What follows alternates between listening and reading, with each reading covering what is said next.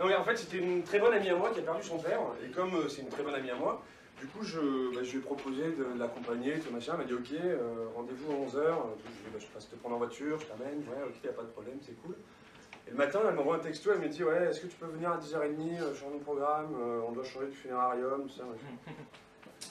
Je vais la chercher à 10h30, en voiture, j'ai dit pourquoi est-ce que... Non mais parce qu'en fait le crématorium a brûlé. Comment c'est possible ça? Bah, je sais pas, ils ont dû brûler un diabétique et... Non mais c'est possible parce qu'en plus, quand on est passé devant, il y avait une petite odeur de caramel. Ça m'étonnerait pas que ce soit ça. Du coup on arrive là-bas, une grande salle, puis une très belle cérémonie, puis après tout le monde s'en va pour disperser les cendres dans le jardin, et moi je me retrouve tout seul dans une grande pièce vide à attendre l'urne, avec les cendres de feu son père. On attend et c'est très long, tu vois. T'as rien à dire, tu vois, tu sais pas quoi, c'est hyper froid. C'est bizarre d'ailleurs, c'est puis non, je lui dis quand même, c'est bizarre que ce soit si long. Ils auraient pu préchauffer le four quand même. Non mais c'est vrai. Du coup je prends une cigarette, tu vois, et ma clope, il y a un mec à l'autre bout de la salle qui fait. Et ça c'est quand même bizarre que dans un crématorium, t'aies pas le droit de fumer. S'il y a bien un endroit où on a le droit de fumer normalement. Et bon, à deux coups je l'éteins ma clope, et juste à ce moment-là, il y a le mec qui arrive avec l'urne comme ça, et ça je vous jure c'est vrai. Il arrive devant un pote, il lui dit tenez, faites attention, c'est très chaud. Ça c'est quand même chelou. Et en plus c'est vrai que c'est chaud parce qu'en fait c'est descendre forcément, tu vois. Et ce qui est bizarre c'est la façon dont il le dit, tu vois, genre un peu en mode de resto, tu vois, genre avec une assiette. Moi je me suis dit tiens peut-être tu vas nous demander sur place ou à emporter. À emporter, je vous mets un sac, y a pas de problème, tenez. Du coup bon, on a pris l'urne qui était effectivement très chaude. On arrive à la voiture, là j'ouvre le coffre, on dit ça va pas ou quoi? On va pas mettre papa dans le coffre. C'est vrai que c'est dangereux parce qu'il n'y a pas de ceinture de sécurité. Du coup, je dis, ben, et prends la place du mort.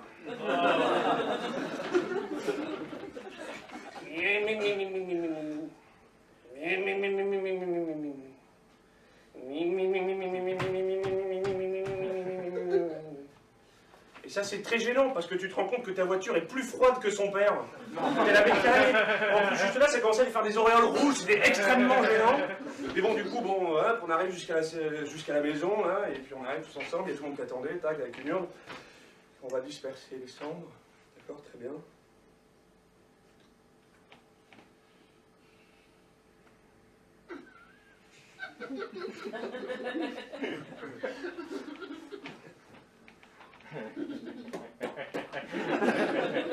En fait, ils n'avaient pas compris qu'on voulait disperser, du coup ils avaient scellé l'urne.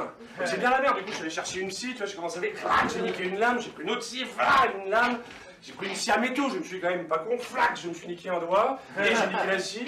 Du coup j'ai pris une perceuse qu'il a fallu brancher avec une rallonge jusque dans la cuisine, ça fait sauter les plombs, une mèche en moins, deux mèches en moins, trois mèches en moins, et finalement j'ai réussi à faire un petit trou, yes! Pardon. La pote qui arrive avec son petit trou dans l'urne. Nous allons dire au revoir à mon frère.